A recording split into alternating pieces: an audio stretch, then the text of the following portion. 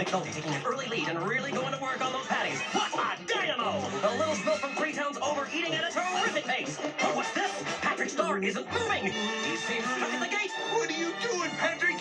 Y'all made me charge you for those patties, too! McNulty's pressing forward. Looks like this is gonna be a blowout. Fladrick, I believe in you, Fladrick.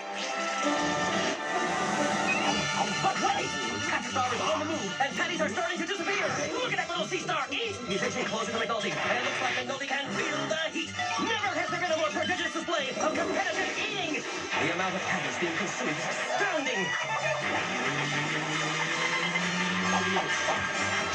And now, yes, Patrick Starr has smashed Oswald McNulty, and they are tied as they come into the home stretch. Both eaters are now so full they can barely eat. But if they do, moving so slowly now, one can't help but wonder if they are going to hit the patty wall at some point. And both eaters have stopped.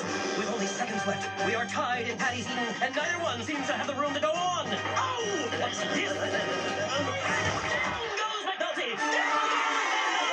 It looks like we could have a tie. Sorry for SpongeBob. I can't go on. The taste, Patrick. Remember the taste. Good taste. What's this? Patrick Starr has risen from his seat and is pointing to center field. No, wait! He's pointing to a little boy with a hurt foot. Ladies and gentlemen, he's pointing to his mouth as if to indicate something. Here you go, Champ. You can have mine. And he's eating! He's eating! The great Starfino is eating! Patrick Starr wins! The boss is back in Bikini Bottom! The boss is back in Bikini Bottom! Here you go, son. You earned it fat and square. Congratulations, Starvino. So, are you going to defend the belt next year?